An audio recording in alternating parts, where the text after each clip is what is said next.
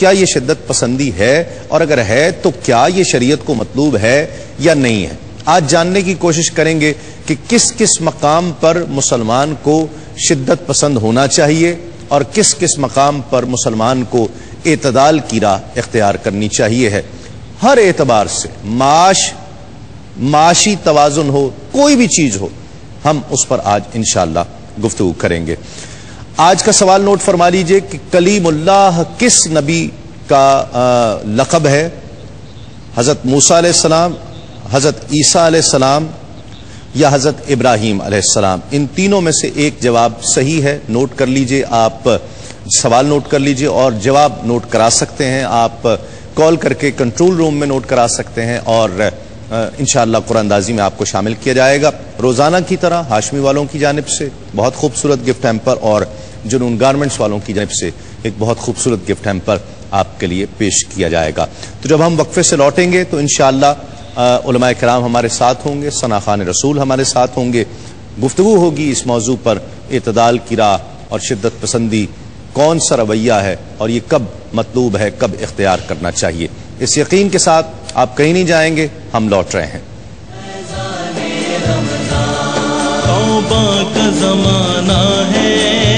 ناظرین خوش آمدید، آپ پروگرام دیکھ رہے ہیں رحمت سحر تسیم صابری کے ساتھ، اور موضوع پر گفتگو کا آغاز کرتے ہیں۔ کچھ لمحات ہمیں دیجئے، پھر آپ کی ٹیلی فون کال شامل کی جائیں گی پروگرام میں، اور آپ کے فقہی سوالات بھی آج کے موضوع کے حوالے سے بھی بات آپ کر سکیں گے۔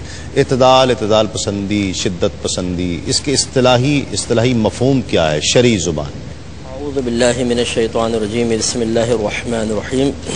اس کی وضاحت سے پہلے دو الفاظ ہمارے ہاں استعمال ہوتے ہیں، ایک افراط اور ایک تفریط۔ عربی زبان کے الفاظ ہیں۔ افراط کا مطلب ہوتا ہے کمی کرنا، کسی بھی چیز میں کمی کر دینا، اور تفریط کا مطلب ہوتا ہے زیادتی کرنا۔ ٹھیک ہے، اگر ایک لمٹ قائم کی گئی ہے، یہاں تک آپ کو پہنچنا ہے، اس سے پہلے اگر آپ جاتے ہیں یہ افراط، اور اس کو پھلانگ کے آگے نکل جاتے ہیں تفریط ہے۔ ٹھیک ہے، تو بس جو افراط و تفریط سے بچ کر جو شریعت نے قیودات یا لمٹس قائم کی ہیں وہاں تک پہنچے گا، یہ اعتدال ہے۔ ٹھیک، جو اس سے پیچھے رہے گا وہ کوتاہی کا شکار ہے، جو آگے نکل جائے گا وہ گویا کہ شدت میں داخل ہو گیا۔ ٹھیک، تو یہ اعتدال ایک الگ چیز ہے اور اعتدال پسندی ایک الگ چیز ہے۔ ٹھیک، ایک شخص اعتدال تو اللہ نے چیزوں میں رکھا ہے، اب کوئی اس کو پسند بھی کرے، اسے اختیار بھی کرتا ہے، تو ہم کہتے ہیں یہ اعتدال پسند ہے، اور اس کا یہ اختیار کرنا اس کو اعتدال پسندی سے تعبیر کر دیتے ہیں۔ ٹھیک، اسی طرح ایک شدت ہے، ایک شدت پسندی ہے۔ شدت موجود ہے لیکن بعض لوگ اس کو اختیار نہیں کرتے، تو گویا کہ شدت پسند نہیں ہے یا شدت پسندی اختیار نہیں کی ہوئی۔ لیکن جو اس میں مبتلا ہو جاتے ہیں انہیں ہم پھر متشدد کہہ دیتے ہیں اور شدت پسند کہتے ہیں، اور اس کے یہ وصف شدت پسندی کہلاتا ہے۔ ٹھیک، اور یہ ہر امر کے اندر ہے، نیکی کا حکم کرنا، برائی سے روکنا، عبادات اپنے اوپر اختیار کرنا، اعمال اختیار کرنا، فرض واجب سنت مستحب وغیرہ میں اعتدال و شدت پسندی ہے۔ گھر والوں کی تربیت ہے، مذہبی ماحول بنانا ہے، یا شیخ ہیں اپنے مریدین کی تربیت کرنا چاہتے ہیں، اس میں اعتدال شدت پسندی ہے۔ دوسرے پر کوئی الزام لگانا ہے، کفر یا اسلام ثابت کرنا ہے، اس میں اعتدال شدت پسندی، یہ تمام امور میں ہے۔ تو اس لیے اس کا جب تک علم حاصل نہیں ہوگا، یہ موسٹ امپورٹنٹ چیز ہے، یقیناً انسان یا تو افراط کا شکار ہوگا یا تفریط، اور دونوں قابل گریفت۔ اب بہت ساری چیزیں علم کے نہ ہونے کی وجہ سے ہی ہم اس کے مرتکب ہو رہے ہوتے ہیں، بالکل اس کی لمیٹیشن معلوم نہیں ہوتی ہے، جس کی بنا پر افراط یا تفریط میں مبتلا ہوتا ہے۔ ٹھیک ہے، ہر عمل میں یا رد عمل میں شریعت کا تقاضا ہے کہ اعتدال رکھا جائے، یا چند ایک کچھ ضروری چیزیں بھی ہیں کہ جن میں تو رکھنا فرض ہے؟ اعوذ باللہ من الشیطان الرجیم، بسم اللہ الرحمن الرحیم۔ قال اللہ تعالی فی القرآن المجید ان اللہ یأمر بالعدل والاحسان، صدق اللہ العظیم۔ قرآن مجید فرقان حمید میں اللہ تبارک و تعالی ارشاد فرماتا ہے کہ بے شک اللہ تبارک و تعالی تمہیں حکم دیتا ہے عدل کا۔ عدل کا مطلب وہ راستہ ہوتا ہے جیسا کہ قرآن میں ہی اللہ فرماتا ہے کہ اہدنا الصراط المستقیم، اے مولا تو ہمیں سیدھے راستے پر چلا۔ سیدھے راستے سے کیا مراد ہے؟ فرماتے ہیں الطریق المستوی، وہ راستہ جو کہ افراط اور تفریط سے خالی ہو، یعنی کہ وہ ایسا سیدھا راستہ ہونا چاہیے کہ جو صراط مستقیم پر بندہ چلتے ہوئے جنت تک پہنچ جائے۔ اب یہ جو تقاضا ہے جیسا کہ آپ نے کہا کہ کیا زندگی کے ہر شعبے میں ہے، تو الحمدللہ رب العالمین دین اسلام وہ دین کامل و اکمل ہے کہ جو زندگی کے ہر گوشے پر گفتگو فرماتا ہے. گھر میں کس طرح رہنا ہے، باہر کس طرح رہنا ہے، اولاد کی تربیت کس طرح کرنی ہے، دوستوں کے ساتھ کس طرح رہنا ہے، پڑوسیوں کے ساتھ کس طرح رہنا ہے، اور کاروبار کس طرح کرنا ہے وغیرہ. ہر مقام پر عدل جو ہے وہ مطلوب ہوگا، کیونکہ عدل کا مطلب ہوتا ہے ایک محدود حد تک رہنا، کہ اگر آپ اس حد سے بڑھ جائیں گے تو یہ تجاوز کرنا ہوگا، اور اگر آپ اس حد سے گر جائیں گے تو یہ حد سے گرنا ہوگا. تو نہ آپ کو بالکل نیچے آنا ہے، نہ آپ کو بالکل اوپر جانا ہے، بلکہ اوپر اور نیچے ان دونوں کے درمیان جو ایک معتدل راستہ ہے، جو ایک درمیانی راستہ ہے، جسے الطریق المستوی کہا گیا ہے، سیدھا راستہ کہا گیا ہے، زندگی کے ہر شعبے میں اس پر قائم رہنا، یہی انسانیت کا حسن بھی ہے، یہی بندے کا حسن بھی ہے، اور یہی ہر آدمی کا حسن ہے. اور گویا کہ جب کوئی آدمی اس عدل کو، اس عدالت کو، اس درمیانی راستے کو اختیار کرتا ہے تو تبھی گویا کہ وہ آداب آدمیت سے اور آداب انسانیت سے مزین ہو کر اس کمال پر پہنچ جاتا ہے کہ جس کے بارے میں اللہ تبارک و تعالی فرماتا ہے کہ لقد خلقنا الانسان فی احسن تقویم. ٹھیک، عبادت میں بھی اعتدال ہی ہونا چاہیے، نہ زیادہ نہ کم. بالکل جی، عبادت اللہ کی یاد میں بھی اعتدال ہونا چاہیے. بالکل اعتدال ہونا چاہیے. اس میں بخاری کی ایک روایت مختصراً عرض کرتا ہوں. ایک دفعہ 3 صحابی نبی کریم صلی اللہ علیہ وسلم کے حجرے مبارکہ میں تشریف لائے. سرکار موجود نہیں تھے تو کسی زوجہ محترمہ سے پوچھا سرکار کا عمل کیا ہے. انہوں نے کہا آپ روزے بھی رکھتے ہیں، افطار بھی کرتے ہیں، رات میں سوتے بھی ہیں، جاگتے بھی ہیں، اللہ کی عبادت کرتے ہیں.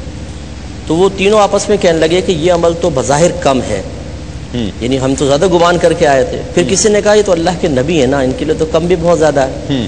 اب انہوں نے آپس میں کہا، ایک نے کہا میں کبھی زندگی میں شادی نہیں کروں گا، دوسرے نے کہا میں پوری رات نمازیں پڑھتا رہوں گا ساری زندگی، تیسرے نے کہا کہ میں ساری زندگی روزے رکھوں گا. زوجہ محترمہ سن رہی تھی، وہ چلے گئے، نبی کریم تشریف لائے، زوجہ نے بتا دیا، سرکار جلال میں تشریف لیا. ان کے پاس گئے اور فرمایا کہ تم نے اسی طرح کہا ہے؟ کہا کہ جی ہاں. فرمایا کہ میں تم سے زیادہ زمین پر اللہ سے ڈرنے والا ہوں اور تم سے زیادہ تقوی والا ہوں، لیکن میں کھاتا بھی ہوں، میں روزہ بھی رکھتا ہوں، میں گھر والوں کا حق بھی ادا کرتا ہوں، میں رات میں سوتا بھی ہوں، نماز بھی پڑھتا ہوں. تو میں تم پہ لازم کرتا ہوں کہ تم میری سنت کو اختیار کرو. اور اس پہ یہ عموماً نکاح میں پڑھ دیتے ہیں. یہ سرکار نے فرمایا کہ جو میری سنت سے بے رغبت ہوا مجھ سے نہیں. گویا کہ سرکار نے اس عبادت میں اپنے اوپر زیادتی کرنے اور اس طرح کی زیادتی کرنے کہ دوسروں کے حقوق میں کوتاہی کا انسان مرتکب ہو رہا اور ناپسند فرمایا. ٹھیک ہے. تو اس لیے بالکل عبادات کے اندر بھی اعتدال پسندی کو اختیار کرنا انتہائی ضروری ہے. اس میں بھی افراط و تفریط یا تو خود ہمارے لیے باعث ہلاکت ہوگی، کیونکہ نبی کریم صلی اللہ علیہ وسلم نے ارشاد فرمایا کہ اتنا ہی عمل اختیار کرو جس کو آسانی سے کر سکو، کیونکہ اللہ تبارک و تعالیٰ تمہیں اجر دیتے ہوئے ملال میں مبتلا نہیں ہوگا، تم ملال میں مبتلا ہو جاؤ گے، آزمائش میں مبتلا ہو جاؤ. صحیح. اور اسی طرح ہماری ذات کے ساتھ ساتھ دوسرے کوتاہی کا شکار ہوتے ہیں. بیوی کوتاہی کا شکار ہو رہی ہے بیچاری، وہ تبلیغ پہ نکل گیا، شوہر چلے کے لیے نکلے ہوئے ہیں، یا رات بھر عبادت کر رہے ہیں، نمازیں پڑھ رہے ہیں، بیوی کا حق ادا نہیں کر رہے ہیں. یہ سب اعتدال سے ہٹ کر ہے. یہ داڑھی پر آئے تو کہا جی بیوی کو بھی کہا تم بھی رکھ لو داڑھی. اب یہ تو رویہ جو ہے، اب اس میں کتنا کہ اعتدال ہو سکتا ہے. ایک کالر شامل کرتے ہیں. السلام علیکم. السلام علیکم. جی کون اور کہاں سے؟ جی عمر فاروق بات کر رہا ہوں لاہور سے. جی عمر فاروق صاحب کیسے ہیں آپ؟ ٹھیک ہیں جی اللہ کا شکر الحمدللہ. جی اچھا سر، پہلے تو میرا جواب یہ ہے حضرت موسیٰ علیہ السلام کے بارے میں، رضی اللہ تعالیٰ کے بارے میں، موسیٰ کلیم اللہ. چلیں نوٹ کر لیا گیا آپ کا سوال. جی. اور دوسرا سر مجھے سوال یہ کرنا تھا کہ کچھ یہ آپ کے ٹاپک سے ہٹ کے بات ہے، لیکن پرائز بانڈ کے بارے میں مفتی صاحب سے ذرا کہہ دیجیے کہ اگر پاسبل ہو سکے تو اس کے بارے میں تھوڑا سا ڈیٹیل میں اشارت فرما دیں. ٹھیک ہے. یہ حرام ہے یا حلال ہے؟ ٹھیک ہے، آپ کو بتاتے ہیں. ایک کال ہمارے ساتھ اور ہیں. السلام علیکم. السلام علیکم صابری صاحب. وعلیکم السلام. کون صاحب کہاں سے؟ میں کراچی سے بات کر رہا ہوں، محمد سلیم. محمد سلیم صاحب کیسے ہیں آپ؟ ٹھیک ہیں الحمدللہ، اللہ کا بڑا کرم ہے. جی. مجھے ایک سوال آپ سے پوچھنا ہے مفتی صاحب سے. جی جی. کہ فرض نماز کے دوران کچھ لوگ سر کھجاتے ہیں، ہاتھ کھجاتے ہیں اور کافی دیر ہلتے جلتے رہتے ہیں، تو اس کے لیے شریعت میں کیا حکم ہے؟ ٹھیک ہے. کیونکہ اس سے برابر میں کھڑے ہوئے نمازی کو بھی تکلیف ہوتی ہے، اس کی توجہ بھی بڑھ جاتی ہے. جی بالکل سر، تو اس کے حوالے سے ذرا سا روشنی فرما دیں اس پر. ٹھیک ہے، بالکل آپ کو بتاتے ہیں. بہت شکریہ. ایک کال ہمارے ساتھ اور ہیں. السلام علیکم. بات کرو تاکہ پہچانے جاؤ. السلام علیکم. زبان کے نیچے پوشیدہ. السلام علیکم.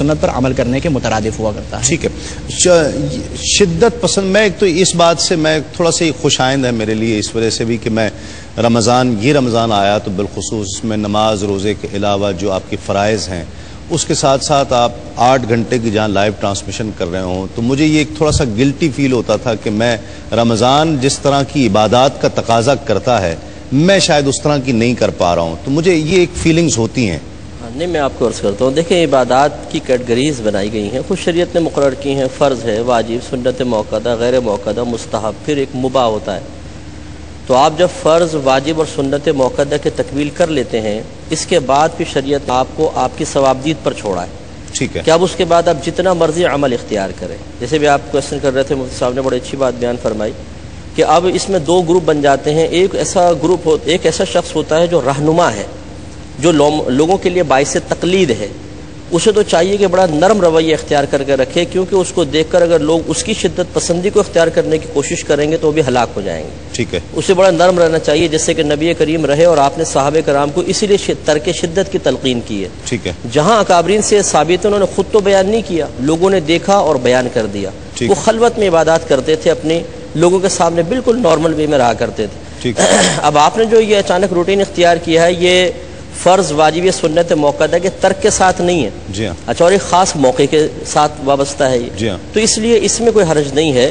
اس میں اگر ایک وقتی طور پر گھر والوں کی رضامندی کے ساتھ آپ کچھ زیادہ وقت بھی دے لیں گے تو شریعت اس سے منع نہیں کرتی ہے. ٹھیک ہے. شریعت اور جو عبادات جو تقاضا یہ ماہ کر رہا ہے اگر وہ نہیں کر پا رہا ہوں تو میں اس میں عرض کرتا ہوں، دیکھیں یہ تقاضا ایک تو دائمی تقاضا ہے، چاہے وہ مہینہ ہو چاہے دوسرا ہو، کہ فرض، واجب، سنت موقدہ وہ تو پورا کرنا ہے. الحمدللہ پہلے بھی کر رہے ہیں آپ، اب بھی کر رہے ہیں. ٹھیک ہے. اس مہینے کا تقاضا یہ ہے کہ آپ اس میں عبادات میں اضافہ کریں تاکہ نفس مغلوب. ٹھیک. میرے خیال میں 8 گھنٹے کی ٹرانسمیشن کرنا یہ عام آدمی کے بس کی بات تو نہیں ہے.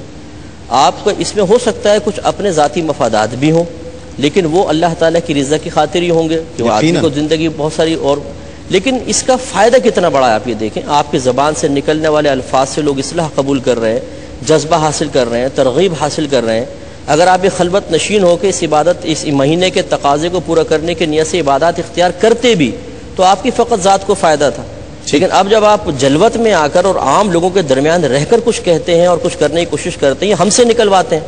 صحیح بات ہے کہ ہم تو ذہنی طور پہ بعض اوقات تیار نہیں ہوتے. آپ ایسے کویسچن کر لیتے ہیں کہ جب اس کا جواب دیتے ہیں تو ہزاروں لوگوں کو سیکھنے کا موقع ملتا ہے. تو آپ کے لیے تو اتنا بڑا ثواب جاری ہے کہ میں یہ عرض کرتا ہوں، میں خلوت میں چلا جاتا ہوں، عبادت کرتا ہوں، اس کا ثواب آپ لے لیں اور اپنا سارا ثواب مجھے دے دیں تو میں آپ کا احسان مانوں گا. واہ. ایک کالر شامل کرتے ہیں. السلام علیکم.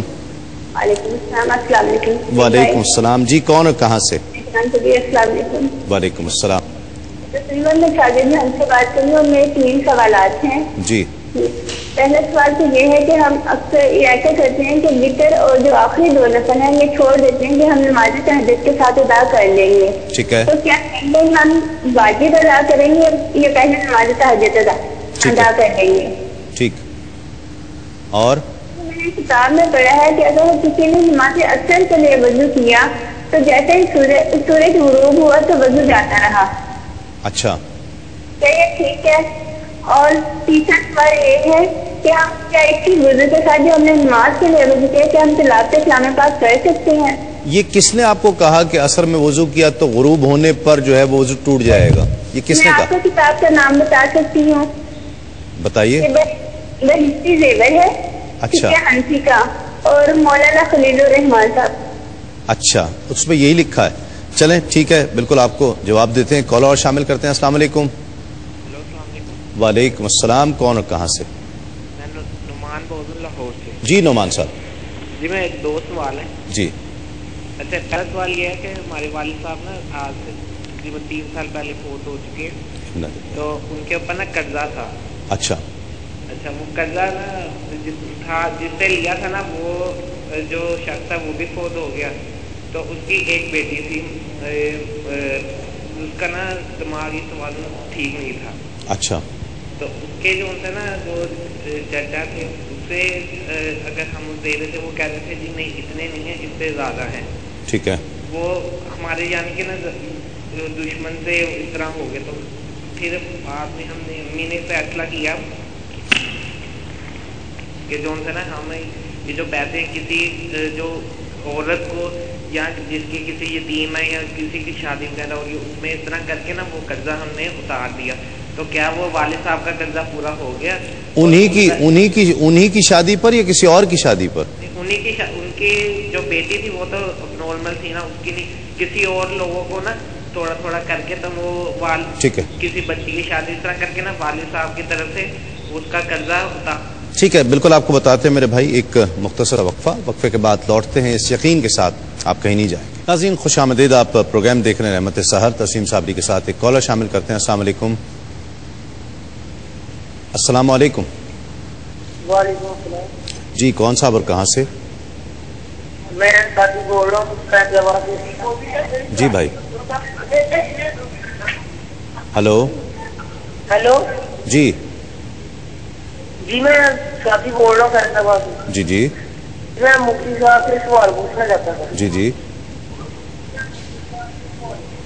میں بہت معذرت چاہتا ہوں، آپ کی ٹیلی فون لائن کاٹنی پڑے گی، ایک کالر اور شامل کرتے ہیں۔ السلام علیکم۔ وعلیکم السلام۔ جی کون اور کہاں سے؟ جی صبا بات کر رہی ہوں کراچی سے۔ جی فرمائیے کیا کہیے گا؟ مجھے مفتی صاحب سے بات کرنی تھی۔ جی مفتی صاحب میرے سوال تو بہت سارے، اس لیے میں نے ابھی کچھ ٹائم پہلے سنا تھا کسی سے کہ آپ کا ایک لیڈیز مدرسہ بھی اوپننگ ہوئی ہے کسی، تو مجھے اس کا ایڈریس چاہیے تھا۔ کس کا ایڈریس چاہیے؟ آپ کے الفرقان کے ایڈریس، وہ مجھے یہ معلوم کرنا تھا کہ وہ اونلی جینٹس کے لیے ہیں یا لیڈیز کے لیے بھی ہے؟ جی ہاں ہے، ویسے فیمیل کے لیے بھی ہے، آپ انشاءاللہ کنٹرول روم سے لے لیجئے گا میرا سیل نمبر، تو میں آپ کو پھر تفصیل بتاتا ہوں۔ ٹھیک ہے، بہت شکریہ۔ ایک کالر ہمارے ساتھ اور ہیں۔ السلام علیکم۔ السلام علیکم۔ وعلیکم السلام۔ جی کون صاحب اور کہاں سے؟ جی میں زین اللہ کوئٹہ سے بات کر رہا ہوں۔ جی میرا سوال یہ ہے مفتی صاحب سے کہ داڑھی کاٹنا اور منڈوانا اور اس کو شیو کرنا دونوں گناہ کبیرہ ہے، تو علماء کرام جمعہ کے دن اہم احادیث سے اور عوام کا کیسے کیوں وہ نہیں کرتے، کیوں صحیح راہ نہیں دکھاتے اس بارے میں؟ اور دوسرا سوال یہ ہے کہ امامات کی ٹھیک ہے، بالکل آپ کو بتاتے ہیں، شدت پسندی جہاں اعتدال کے لیے کہا گیا ہے وہیں پر بچوں کو مارنے کے لیے کہا گیا، اگر نماز نہ پڑھے عبادت نہ کرے تو اسے مارا جائے، پیٹا جائے، یہ اعتدال ہے؟ جی ہاں یہ بالکل اعتدال ہے، کیونکہ مار میں بھی اعتدال کا حکم ہے۔ مار ہمیشہ شدت پسندی کی علامت نہیں ہوتی ہے۔ 3 حدیثیں اس میں عرض کرتا ہوں جو اس کے بارے میں مکمل وضاحت کرتی ہیں۔ نمبر 1 سرکار نے ارشاد فرمایا صلی اللہ علیہ وسلم کہ چہرے پہ مت مارو، اور یہ تو جانور کے چہرے پہ مارنا بھی منع کیا ہے سرکار نے۔ نمبر 2 اس طرح نہ مارو کہ ہڈی ٹوٹ جائے، اور تیسرا فرمایا اس طرح نہ مارو کہ جسم پہ نشان پڑ جائے۔ معلوم ہوا کہ اس مار میں بھی ایک اعتدال پسندی کا عنصر شامل ہے۔ بس بچے کے دل میں خوف پیدا کرنا، عام روٹین سے ایک ڈانٹ ہوتی ہے، اس سے تھوڑا سا بڑھ کر اس کے دل میں خوف پیدا کر کے عبادت ہمارے معاشرے میں تو مار پیٹ جو ہے ویسے ہی شدت کی علامت ہے، تو اس لیکن کو جب یہ اعتدال کیسے کہہ پائیں گے؟ ایک بات، دوسرا بیوی کو بھی شریعت اجازت دے رہی ہے مارنے کی، اس صورت میں خواتین کا کہنا اور پھر بہت سی NGOs بھی کھڑی ہو جاتی ہیں کہ یہ تو اعتدال نہیں ہے۔ دیکھیں بالکل صحیح کھڑی ہو جاتی ہے، اس لیے کہ جو مار پیٹ کر رہا ہے وہ تعلیم شرع سے آگے بڑھ کے کر رہا ہے۔ شدت پسند وہ ہے، شریعت کی تعلیم میں شدت پسندی نہیں ہے۔ اگر آپ اس حدیثوں کو دیکھ لیں، بیوی کو اس طرح مارو کہ چہرے پہ مت مارو، ہڈی نہ ٹوٹے، جسم پہ نشان نہ پڑے، تو پھر کیسے مارے؟ اس کا مطلب ہے وہ مار اصل میں تکلیف پہنچانے کے لیے نہیں ہے، غصے کا اظہار، ایک مزید قلب میں روب پیدا کرنا اور اس روب کے تحت لا کر اس کو اطاعت کی طرف مائل کرنا، یہ مقصود ہے۔ ٹھیک ہے، اور پھر وہ بھی جب شرعی تقاضا ہو، بیوی نافرمانی کر رہی ہے اللہ تعالیٰ کی، یا شوہر کی ایسی نافرمانی کر رہی ہے جس سے اس کا ذہنی سکون خراب ہو رہا ہے، بگاڑ پیدا ہو رہا ہے، اس میں اعتدال پسندی کے ساتھ تنبیہاً یہ کر سکتے ہیں۔ ٹھیک ہے، لیکن آج کل جو ہمارے ہاں مار پیٹ ہو رہی ہے، جن وجوہات کی بنا پر وہ دیکھ لیں، عموماً نفسانی تقاضے ہیں اور عموماً گھر کے جھگڑے ہیں، اور مطلب غیر منصفانہ انداز سے شدت پسندی ہے۔ بلکہ زیادہ تر باس کی ڈانٹ آ کے بیگم پہ نکالی جاتی ہے، زیادہ تو یہ ہوتا ہے۔ ہاں یہ ہوتا ہے کہ وہاں ذلیل ہوئے، گھر پہ آ کے شیر بن گیا وہ۔ اور اس کے علاوہ پھر اس کا طریقہ کار آپ دیکھ لیجئے کہ منہ بگاڑ دیتے ہیں بعد اوقات، آنکھ پھوڑ دی، چہرہ سجا دیا، آگ لگا دی، ناک توڑ دی، آگ لگا دی، ہاتھ توڑ دیے، پیر توڑ دیے۔ یقینی سی بات ہے تعلیم شرع تو ہے ہی نہیں۔ تو معلوم ہوا کہ اگر شریعت کسی مقام پہ سختی و شدت کا حکم دے رہی ہے تو اس میں بھی ایک اعتدال کا رنگ ہے، اسے اختیار کیا جائے تو بالکل شدت پسندی نظر نہیں۔ دوسری جانب اگر بہت زیادہ بچوں کو پیار کیا جائے اور ہر وقت ہی پیار ہی اور کسی چیز سے روکا ہی نہ جائے، آج کل یہ رواج مفتی صاحب بہت زیادہ عام ہو گیا ہے کہ نہیں بچوں کو روکنا چاہیے، اس سے گروتھ، بچے کی ذہنی گروتھ رک جاتی ہے، اس طرح بچوں کو ٹوکنا نہیں چاہیے، کرنے دیں، غلط بھی کر رہے ہیں تو سیکھ لے گا خود ہی، یہ اس طرح نہیں کرنا چاہیے، یہ کچھ آئی ہے ڈیولپمنٹ؟ ہاں بالکل، بعض ایسی اپنی خود ساختہ ایجادات ہوتی ہیں کہ جس کی وجہ سے فسادات جنم لیتے ہیں، اور ٹین ایجر اور نیو جنریشن آج جس راستے پہ جا رہی ہے، اگر اس میں یہ کہا جائے کہ حد سے تجاوز کر کے اتنا زیادہ لاڈ پیار دے دینا کہ وہ کسی سے لڑ کے آ گیا، کسی کو مار کے آ گیا، کسی کا سر پھاڑ کے آ گیا جی، کسی سے مار کھا کے آ جائے تو کہتے ہیں تم کسی میرے بیٹا ہو کے دلی کی اولاد ہو، تم میری اولاد ہو، تم مار کے آتے دو، اور میرے بیٹے ہو کے تم مار کھا کے آ گئے، تو یہ بالکل غلط طریقہ کار ہے۔ دیکھیں، الامور بمقاصدہا، یہ بیان کیا جاتا ہے کہ کسی بھی چیز کو دیکھا جاتا ہے تو اس کے مقصد کے مطابق دیکھا جاتا ہے، جیسا کہ شریعت مطہرہ میں ہی یہ ملتا ہے کہ بچہ اگر اتنی ایج کو پہنچ جائے تو اسے مار کر نماز کا حکم دیا جائے، تو یہاں پر مار میں بھی اعتدال ہوگا۔ اگر آپ یہ کہتے ہیں کہ بالکل نہ مارا جائے، حتیٰ کہ جو مرضی کر رہا ہے، بڑوں کی بے ادبیاں کر رہا ہے، چوریاں کر رہا ہے، ڈکیتیاں کر رہا ہے، روڈوں پہ جا کے جو ہے وہ لوگوں کے موبائل فون چھین رہا ہے، اسے کچھ بھی نہ کہیں تو کل یہی معاشرہ آپ کے اس پہ کھڑا ہوا ہوگا، اور کما کے لا رہا ہے نا۔ جی ہاں، پھر یہ ایک غلط تصور ہوتا ہے۔ دوسری بات یہ ہے کہ اگر آپ یہ کہتے ہیں کہ بالکل اچھا اتنا زیادہ مارا جائے کہ اس کا سر پھاڑ دیا جائے، اسے زخمی کر دیا جائے، یا مدرسے میں اتنا مارا جائے کہ اس کی ریڑھ کی ہڈی ٹوٹ جائے، اس کی ٹانگیں ٹوٹ جائیں، تو اس کی بھی شرعی طور پہ اجازت نہیں ہے۔ تو دونوں طبقات کو، ٹیچرز کو چاہیے کہ انہیں پتہ ہونا چاہیے کہ کتنا ہم نے مارنا ہے اور کس حد سے آگے نہیں جانا، تو دونوں چیزوں کو پیش نظر رکھنا ہے۔ یورپ کنٹریز میں جو یہ قوانین بنائے ہوئے ہیں کہ بچے کو ماریں گے، ٹیچر مارے وہ شکایت کرے، پولیس اٹھا کے ٹیچر کو لے جائے، باپ مارے تو باپ کو اٹھا کے لے جائیں، وہ لوگ یہ قانون بنا کے پریشان ہیں۔ اب وہ بچے بے قابو ہو گئے ہیں، قابو میں نہیں آ رہے، اور ہم لوگ ایسی غلامانہ ذہنیت رکھتے ہیں، وہ پریشان ہیں قانون بدلنے کے چکر میں، اور ہم چاہتے ہیں ہمارے ملک میں قانون جاری ہو جائے۔ بعض لوگ جیسے آپ نے شاید فرمایا وہ چاہتے ہیں، کوئی ڈیبیٹ سن رہا تھا ٹی وی پہ، اس میں ایسے ہی تھا کہ ایسا قانون بھی ہونا چاہیے، کوئی رائے دے رہا تھا کہ بچوں کو بالکل نہ مارا جائے، اگر مارے تو وہ شکایت کر سکے، اس طرح بیوی کو نہ مارے تو وہ ایف آئی آر کٹوا سکتی ہے، شوہر کو تھانے بند کروا دے۔ ٹھیک ہے، اگر یہ چیز ہمارے یہاں رائج ہو جائے، پھر جو بگاڑ پیدا ہوگا اس سے یہ خود بھی نہیں بچ سکتے ہیں، اور اس کے بہت منفی۔ اچھا، ہم چلیں اسی پر بات ہی کر لیتے ہیں نا کہ شدت پسندی کا تقاضا شریعت کرتی ہے کہیں؟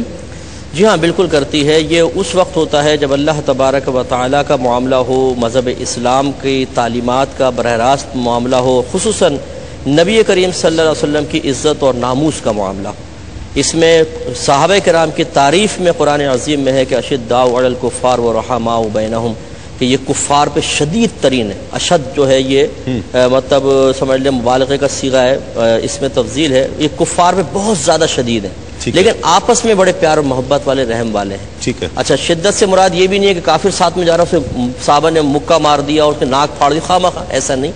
جب مذہب اسلام کے دفاع کی باری آئے، جب اللہ تبارک و تعالیٰ کا معاملہ آئے، یا نبی کریم صلی اللہ علیہ وسلم کی عزت و ناموس کا معاملہ آیا، تو صحابہ کرام نے پھر سامنے کسی کو بھی نہیں دیکھا۔ ٹھیک ہے، پھر وہاں پر شدت پسندی ہی شریعت کو مطلوب ہے، وہاں پر اعتدال کی طرف چلنا یہ خطرناک ہے، پھر وہ زوال ایمان کا آج بھی یہ مطلوب ہے۔ آج کے مسلمان کے لیے بھی کفار کو دیکھے بات نہ کرے، بالکل منہ پھلائے رکھے، سجائے رکھے، اس کو گھورتا رہے۔ اس میں بھی دیکھیں، میں آپ کو بتاتا ہوں، ایک ہوتا ہے قلبی معاملہ، ایک ہوتا ہے ظاہری عمل۔ قلب میں تو ایسی ہونا چاہیے کہ اگر کوئی اللہ تبارک و تعالی مسلمان بھی اللہ کی نافرمانی کر رہا ہو نا، تو دل میں اس کے اس عمل سے متعلق کراہت رکھنی چاہیے، ٹھیک ہے، ذات سے نہیں، عمل سے۔ اسی طرح کافر ہے، کوئی بد مذہب ہے، نبی کریم کی شان میں گستاخی کرنے والا ہے، قلبی لحاظ سے اس سے شدید نفرت ہونی چاہیے۔ ٹھیک ہے، اب ہے ظاہری عمل کہ کیا عوام کو اس بات کا اختیار ہے کہ جب وہ اس نے دیکھا کسی نے گستاخی کی تو وہ از خود اس پہ حملہ کرے اور از خود اس کو سزا دینے کی کوشش کرے؟ اب یہاں پہ دو چیزیں، ایک ہوتا ہے غیر اختیاری عمل، اور ایک ہے کہ عقل سلامت ہے، اختیار کے ساتھ، عقلی اختیار کے ساتھ انسان کسی چیز کو اختیار کر رہا ہو۔ غیر اختیاری عمل پہ تو بہرحال کسی کو کوئی قابو ہی نہیں ہوتا، وہ شریعت کی طرف سے معاف ہے، لیکن اس پہ بھی انسان کو کنٹرول کرنے کی کوشش کرنی چاہیے۔ پہلے ذہنی طور پر تیار ہو تو ایسے وقت میں انسان کچھ کر سکتا ہے، اور ایک ہے کہ وہ پری پلاننگ اپنے آپ کو کنٹرول کر سکتا ہے اور پھر وہ سزا دینے کا اپنے آپ کو اہل سمجھے، یہ نہیں ہے۔ اس کے لیے شریعت نے حکم یہ دیا ہے کہ ہم قانون کا سہارا لیں اور قانون پھر جو سزا مقرر کرے گا اس کے مطابق ہوگا. اگر بالفرض قانون کوتاہی کا شکار ہو رہا ہے پھر بھی شریعت ہمیں نہیں کہتی کہ قانون اپنے ہاتھ میں لے کر آپ اس طرح معاملہ کریں، کیونکہ اس میں بگاڑ پیدا ہوتا ہے. اس میں بھی دو پہلو ہیں. دیکھیں، ہو سکتا ہے سامنے والا واقعی ایسا ہو، ٹھیک ہے، اور ہو سکتا ہے نہ بھی ہو. اب وہ جرم کیسا بھی ہو، وہ جرم کیسا بھی ہو، اب وہ غیر مسلم ہو یا مسلمان ہو، غیر مسلم ہو چاہے مسلمان ہو. دیکھیں مسئلہ یہ ہے کہ اگر اس کی اجازت ہر شخص کو دے دی جائے، ٹھیک، اب ہو سکتا ہے کہ یہ میرے کوئی دشمن ہے، ذاتی دشمنی ہے، میں ان کو مار دوں اور جب آپ پوچھیں کیوں مارا میں بولوں گی گستاخی کی تھی، یہ تو پھر دروازہ کھل جائے گا نا پھر فسادات کا. اس وجہ سے یہ بھی دیکھنا ہوتا ہے کہ اس کے نتائج آگے چل کے کیا مرتب ہوں گے. جو کہتا ہے کہ نہیں مارنا چاہیے، ہو سکتا ہے خود اس کے بھائی کو کوئی مار دے اور کہے جی اس کے بھائی نے گستاخی کی تھی، کیا کہیں گے؟ اب یہ کہیں گے نہیں میرا بھائی تو ایسا کر ہی نہیں سکتا. کیوں نہیں کر سکتا جب دوسرا کہہ رہا ہے؟ تو جب آپ کسی کے کہنے پہ کہہ رہے ہیں کہ ٹھیک ہے سامنے والا گستاخی کر رہا تھا اس کو مارنا چاہیے، تو ایسے پھر آپ کی طرف بھی یہ چیزیں متوجہ ہوں گی اور آگے چل کے اس کا خمیازہ بھگتنا ہوگا. صحیح. ناظرین ایک مختصر سا وقفے کے بعد لوٹتے ہیں اس یقین کے ساتھ آپ کہیں نہیں جائیں گے. ایک کالر ہے ہمارے ساتھ. السلام علیکم. السلام علیکم. تسلیم. وعلیکم السلام. کون اور کہاں سے؟ جی میں فردین بول رہا ہوں انڈیا سے. جی فردین صاحب کیا کہیے گا؟ جی میں سلام دعا کرنا چاہتا تھا مفتی اسمل صاحب سے. جی میرا بہت بہت سلام. جی وعلیکم السلام. جی السلام علیکم. جی وعلیکم السلام. ارشاد فرمائیے. جی میں پوچھتا، ہلو. جی جی آپ کی آواز آ رہی ہے، آپ ارشاد فرمائیے. بولتے جائیے گا، رکیے گا نہیں. آپ کی آواز آ رہی ہے. جی ہلو. حضرت آپ کی آواز آ رہی ہے، کہیے. ایک کالر اور شامل کرتے ہیں. السلام علیکم. السلام علیکم. جی وعلیکم السلام. کون اور کہاں سے؟ جی تسلیم بھائی، آصف شیخ بات کر رہا ہوں لالا موسیٰ ضلع بیدار سے. جی جی شیخ صاحب کیسے ہیں آپ؟ ٹھیک ہیں اللہ کا شکر. آپ کی دعائیں، سب کی بارگاہ میں میرا سلام ہے. مفتی صاحب سے سوال یہ کرنا تھا کہ یہ جو ٹی وی پہ ٹاک شو چلتے ہیں پولیٹکس کے بارے میں، جی جیسے ان میں وہ جھوٹ بول رہے ہوتے ہیں، ایک دوسرے کے اوپر بہتان بازی کر رہے ہوتے ہیں، یا کیا یہ دیکھنا جائز ہے؟ شریعت میں اس کی کیا حکم ہے؟ اور دوسرا سوال میں نے پہلے بھی کیا تھا، شاید وہ مجھ سے مس ہو گیا اس کا جواب، کہ جمعرات اور جمعے کو درود شریف پڑھنے کی کیا فضیلتیں ہیں؟ ٹھیک ہے. اور آپ اسپیشلی میں نے اپنے لیے دعا کے لیے کہنا تھا، پلیز مجھے اپنی دعاؤں میں یاد رکھیں. میں 12 سال سے زیادہ ہو گیا کہ میں بیڈ ریسٹ پہ ہوں. میری کمر میں ریڑھ کی ہڈی میں پرابلم ہے. اللہ تعالیٰ کرم فرمائے، اللہ تعالیٰ آپ کو صحت عطا فرمائے. مفتی صاحب نیکی کا حکم دینا یا برائی سے روکنے کے لیے شدت اختیار کرنی چاہیے؟ نہیں، بالکل بھی نہیں. دیکھیں اسلام جو ہے وہ دین اعتدال ہے. امر بالمعروف یعنی کسی کو بھلائی کا حکم کرنا، اور نہی عن المنکر یعنی کسی کو برائی سے روکنا. ان دونوں چیزوں میں تو اعتدال لازمی طور پہ مطلوب ہے، کیونکہ امر بالمعروف کا مطلب یہ ہے کہ کسی کو بھلائی کے قریب لے کر آنا. اور آپ یہ بہتر جانتے ہیں کہ اگر آپ کو کسی کو کوئی کام زبردستی کرنے کا کہیں گے تو وہ اس وقت تک کرے گا جب تک وہ مجبور ہے. جیسے ہی اس کی مجبوری ختم ہوگی، فار ایگزامپل آپ کسی کی کنپٹی پہ پسٹل رکھ دیتے ہیں اور آپ اسے کہتے ہیں اب نماز پڑھو، تو وہ تب تک پڑھے گا جب تک وہ محتاج ہے. پسٹول رکھنے سے نیچے کے بھی کو مرائے جی فار ایگزامپل میں مثال کہہ رہا ہوں یا تو بالکل پیار سے کہ اللہ کے واسطے نماز پڑھ لیں، یا کنپٹی پہ رکھ دیں. جی ہاں، اس کے درمیان بھی ہے مثال کے طور پر کہ زبردستی کہنا بھائی پڑھو نہیں تو میں تمہیں ماروں گا، پڑھو ورنہ گھر سے نکال دوں گا، پڑھو ورنہ نوکری سے نکال دوں گا. یہ کہنا کہ جی میں آپ نماز نہیں پڑھو گے تو میں کھانا نہیں دوں گا تمہیں. ہاں، یہ اس طرح کی حرکتیں نہیں ہونی چاہیے کہ کھانا جو ہے وہ بند کر دیا جائے. اسی وجہ سے بعض اوقات بغاوت جنم لیتی ہے. یہ دیکھنا ضروری ہوتا ہے کہ آپ جب کسی کو دین کے قریب لے کر آ رہے ہیں تو نبی کریم صلی اللہ علیہ وآلہ وسلم کا اسوہ حسنہ کیا تھا. نبی کریم علیہ الصلوۃ والسلام لوگوں کو کس طرح دین کے قریب لے کر آئے. کسی پر شدت نہیں کی، کسی کو زبردستی کلمہ پڑھا کے مسلمان نہیں کیا. اور شرعی طور پر یہ ناجائز ہوتا ہے کہ آپ کسی کو زبردستی کہیں کہ آپ فلاں کام کریں.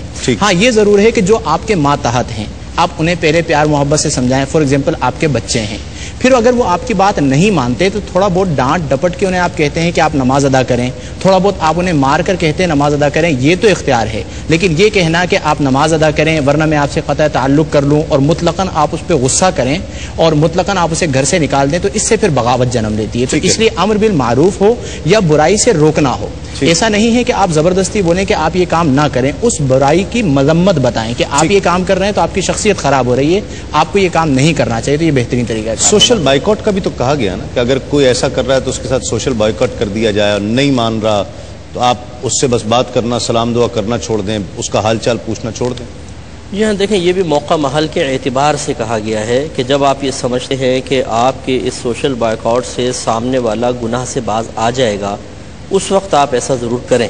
ٹھیک ہے. یا اعلانیہ طور پہ کوئی بہت ہی بڑا کبیرہ گناہ کر رہا ہے، مثلا شرابیں پی رہا ہے، زنا کر رہا ہے، جیسے 3 طلاق کے بعد بھی گھر ساتھ رہنا شروع کر دینا بغیر حلالہ کے، اور دیگر حرکت، سود عام لے رہا ہے، تو اس قسم کے بڑے گناہوں پر تو یہی کہا گیا ہے کہ ان سے رابطہ نہ رکھا جائے تاکہ ان کی حوصلہ شکنی ہو اور وہ گناہ چھوڑنے کی طرف مائل ہو. اور یہ شدت پسندی نہیں ہے، اصل میں یہ اصلاح کا ایک طریقہ بتایا گیا ہے. اگر اس کے ساتھ نرم رویہ اختیار کیا جائے اور ہمیں امید ہے کہ وہ گناہ چھوڑ دے گا مثلا، تو پھر نرم رویہ اختیار کریں گے.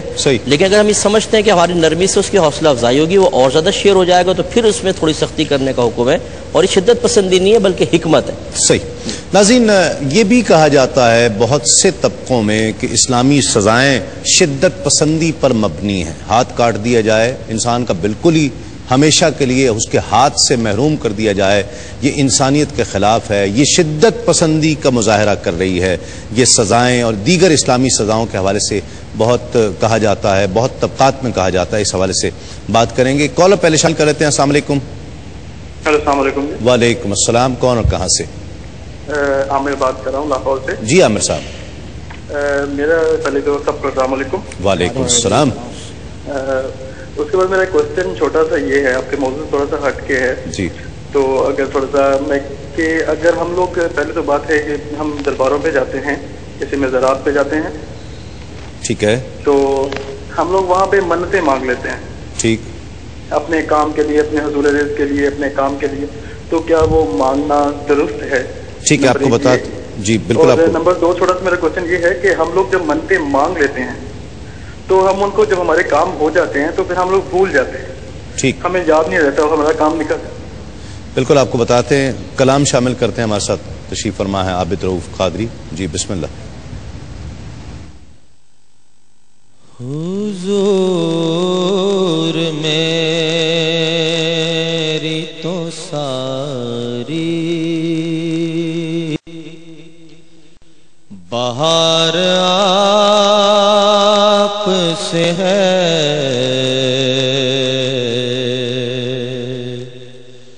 حضور میری تو ساری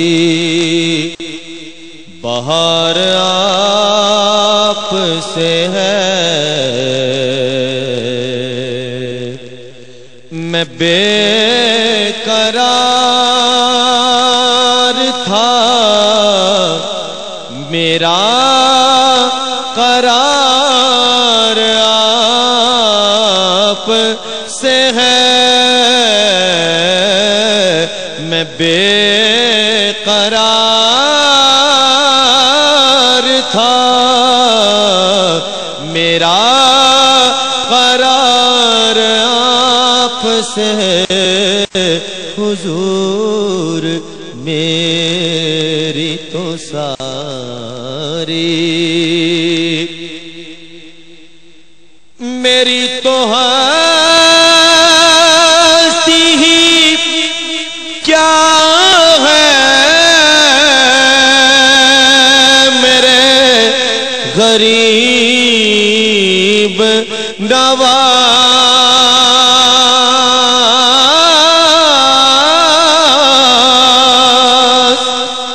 میری تو ہستی ہی کیا ہے،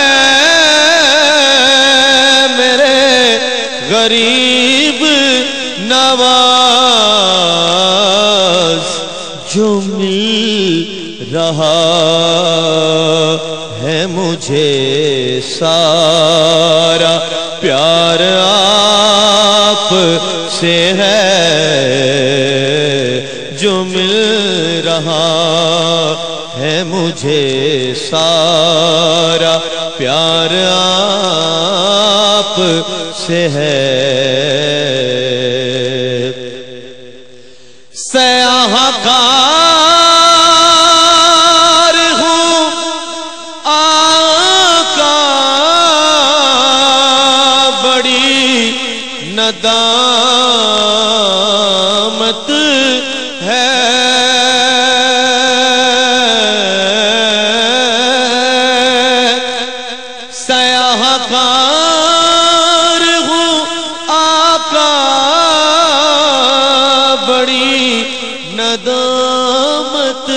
ہے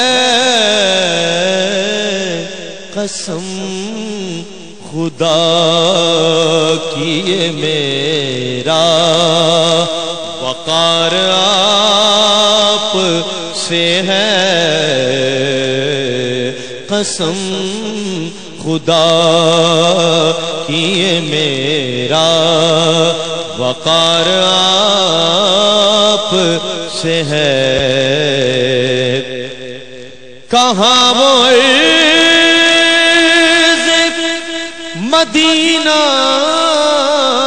کہاں شامدید آپ پروگرام دیکھ رہے ہیں رحمت السحر تسیم صابری کے ساتھ سوالوں کے جواب شامل کرتے ہیں جی مفتی صاحب آپ کے پاس بھائی نے کال کی تھی کہ کیا پرائز بونڈ جائز ہیں یا ناجائز ہیں تو پرائز بونڈ پہ جو انعام دیا جاتا ہے ہمارے فقہا کے مطابق وہ بالکل جائز ہے کیونکہ اس میں سود اور جوئے کا معنی نہیں پایا جاتا جب نہیں پایا جاتا تو اس پہ جو انعام آپ کو ملتا ہے وہ بالکل جائز ہے اور اگر بالکل انعام نہیں ملتا تو آپ کی رقم ضائع نہیں ہوتی اور ایز اٹ از وہ رقم آپ کو واپس کر دی جاتی ہے ایک اور بھائی نے کال کی تھی کہ فرض نمازوں کے دوران سر کھجانا کیا یہ جائز ہے یا نہیں تو دیکھیں جب آپ نماز ادا کر رہے ہیں تو اس طرح نماز ادا کریں کہ ان تعبد اللہ کأنک تراہ فإن لم تکن تراہ فإنہ یراک مکمل توجہ اللہ تبارک و تعالیٰ کی ذات کی طرف ہونی چاہیے لیکن اگر اس طرح کا کوئی آپ نے عمل کیا کہ جو عمل قلیل ہے عمل قلیل کا مطلب کیا ہے کہ کوئی شخص دور سے آپ کو دیکھ رہا ہے اور وہ دیکھنے والا آپ کو خارج نماز نہ سمجھے تو یہ تو عمل قلیل ہے اس سے نماز فاسد نہیں ہوگی لیکن ایسا عمل کیا کہ دور سے دیکھنے والا یہ خیال کرے کہ آپ نماز میں نہیں ہیں فار ایگزامپل آپ نے دونوں ہاتھوں کو چھوڑ دیا ہے تو اس صورت میں نماز فاسد ہو جائے گی لیکن اس طرح کا کوئی عمل کرنا کہ جس سے آس پاس والوں کو تکلیف ہو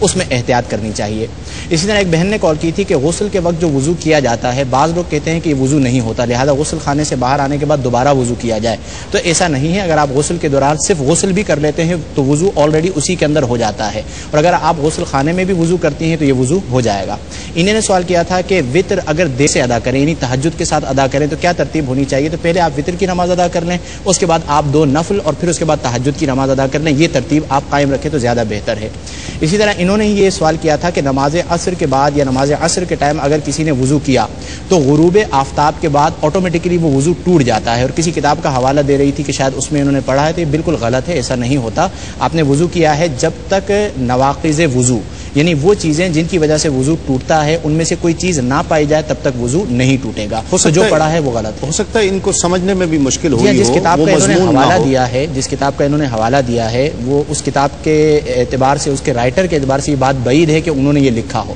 تو غالباً سمجھنے میں جو ہے کچھ غلطی ہو سکتا ہے شرعی معذور کے بارے میں ہو جنہوں نے مطلق کر دیا ایک یہ کہا تھا کہ والد صاحب فوت ہو گئے ان پہ قرضہ تھا تو اب یہ قرضہ لوٹانا چاہتے ہیں تو انہوں نے زیادہ کا مطالبہ کر دیا اور جو قرض خواہ تھے ان کی بچی ایب نارمل ہے اب اس لڑکا کہتا ہے کہ میری والدہ نے یہ فتویٰ دے دیا کہ ہم عام کسی یتیم بچے کی شادی میں دے دیتے ہیں تو وہ قرضہ ادا ہو جائے گا کیا یہ صحیح ہے دیکھیے اگر جو اصل جس کو قرضہ دینا تھا وہ فوت ہو گیا تو اب یہ حق منتقل ہو جاتا ہے اس کے ورثاء کی طرف ٹھیک ہے چاہے وہ بچے اب نارمل کیوں نہ ہو اس کے جو کفالت کرنے والے ہیں وہ تمام قرضہ ان کو دینا واجب تھا اگر انہوں نے والد کے قرضے کی ادائیگی کی نیت سے کسی یتیم بچی کی شادی میں استعمال کر بھی لیا تو وہ قرضہ نہیں اترا ہے وبال اب بھی باقی ہے انہیں فوراً سے پیشتر ادا کریں جتنے دیر کرتے رہیں گے اتنی دیر گناہ گار ہوتے رہیں گے ٹھیک ہے بھائی نے فرمایا کہ داڑھی رکھنے کی شرع حیثیت کیا ہے داڑھی رکھنا 1 مٹھی واجب ہے اور کٹوانا اس سے ناجائز ہے ایک یہ پوچھا تھا کہ ٹاک شوز میں یہ جھوٹ بھی ہوتا ہے بہتان ہوتا ہے دیکھا جائے یا نہ دیکھا جائے دیکھیں اگر تو ایک انسان سیاسی بصیرت حاصل کرنا چاہتا ہے اور موجودہ حالات پہ نگاہ رکھ کے اپنے بزنس وغیرہ اور دیگر معاملات کے بارے میں فیوچر پلاننگ کرنا چاہتا ہے تو اس کے لیے دیکھنے میں کوئی حرج نہیں ہے وہ جھوٹ بول رہے ہیں ان کے اپنے ساتھ فیل ہے آپ اس سے کچھ فائدہ حاصل کرنا چاہتے ہیں اس طرح ان کا آپس میں بہتان لگانا وہ ان کے لیے وبال ہے آپ کے لیے تو نہیں ہے تو اس لیے اگر پازیٹیو تھنکنگ سے کوئی شخص دیکھ رہا ہے تو اس میں کوئی حرج نہیں ہے ٹھیک ہے ایک جمعرات اور جمعے میں درود شریف کی فضیلت کے بارے میں کہا جمعرات کے تو خیر وہ عام ہی فضیلتیں ہیں جمعے میں ضرور ہے کہ نبی کریم صلی اللہ علیہ وسلم نے ارشاد فرمایا جو جمعے کے روز درود شریف پڑھتا ہے میں خود اس درود پاک کو سنتا ہوں اور خاص فرشتے نازل ہوتے ہیں جو سرکار کے بارگاہ میں اس درود کو پہنچاتے ہیں ایک ہی کہا تھا کہ دربار پہ ہم جو منتیں مانتے ہیں کیا یہ شرعی طور پہ درست ہے دیکھیں یہ شرعی منت نہیں ہے منت اصل میں اللہ تعالیٰ سے کیا گیا وہ وعدہ ہے جس میں انسان کوئی عبادت کا ارادہ کرتا ہے کہ میں تیری بارگاہ میں عبادت کا تحفہ پیش کروں گا اب وہ 2 طرح کا ہوتا ہے کسی کام کی تکمیل پر اس عبادت کو موقوف رکھا جاتا ہے کہ بیماری ٹھیک ہو گئی تو ایسا کروں گا یا مطلقاً ہوتا ہے کہ اللہ تعالیٰ میں تیری رضا کی خاطر اتنا کروں گا یہی حقیقتاً شرعی منت ہے جو مزارات پہ ہمارے عرف میں رائج ہو گئی ہیں، بہرحال شریعت سے اس کا کوئی تعلق نہیں۔ صحیح ناظرین، کلام شامل کرتے ہیں اور کلام کے بعد جو وقفہ ہوگا وہ سحری کا وقفہ ہوگا، اور انشاءاللہ سحری کے وقفے کے بعد آپ سے ایک مرتبہ پھر ملاقات ہوگی۔ عابد علی معصومی ہمارے ساتھ تشریف فرما ہے، بسم اللہ۔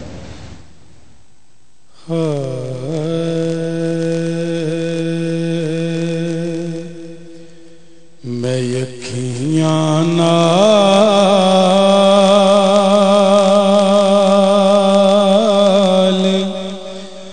لانا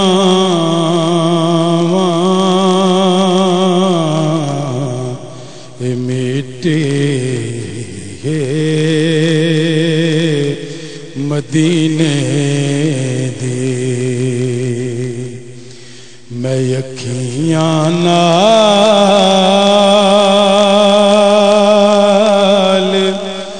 لانا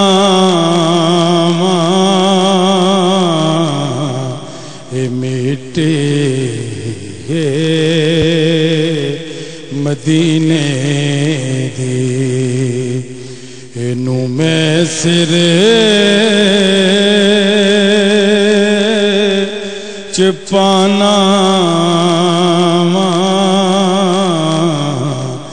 میٹے مدینے دے، کدی پھڑے پھڑے کہ چمنا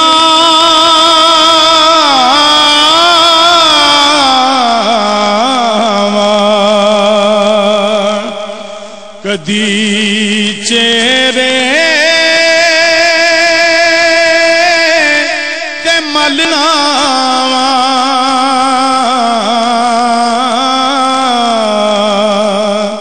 کدی پھڑے پھڑے کہ چمنا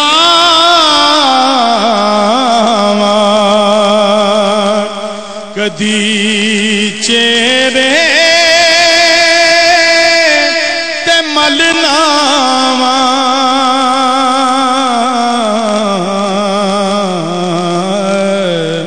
مقدر جگ مگانا میٹے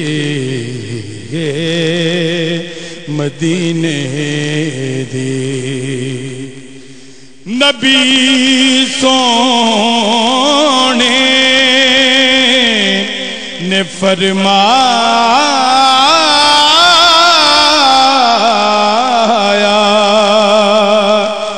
اتاقا کے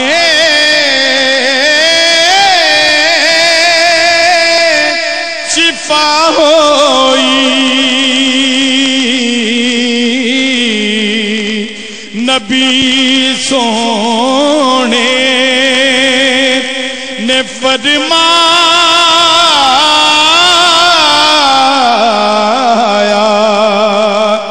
اتاقا کے شفا ہوئی،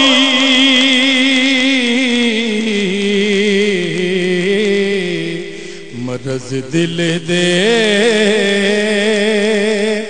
گوانا میٹے مدینے دی، نکیران نصر پوچھے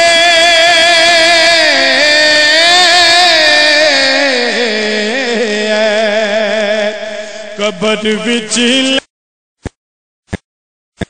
ہاتھ کاٹ دینا اور دیگر سزائیں ہیں، یہ سب شدت پسندی پر مبنی ہیں اور اس میں اعتدال نہیں ہے۔ مفتی صاحب دیکھیں، فی نفسی اگر صرف آپ سزا پر توجہ کریں گے تو پھر ملکی قانون کے اعتبار سے جو سزائیں ان میں بھی شدت کا پہلو نظر آ سکتا ہے، یہ کوئی تعجب خیز بات نہیں ہے، لیکن جب اس کے وسیع تر مفادات پر آپ توجہ کریں گے تو پھر آپ کو اندازہ ہوگا کہ یہاں پہ شدت ہی مطلوب اور محبوب ہے۔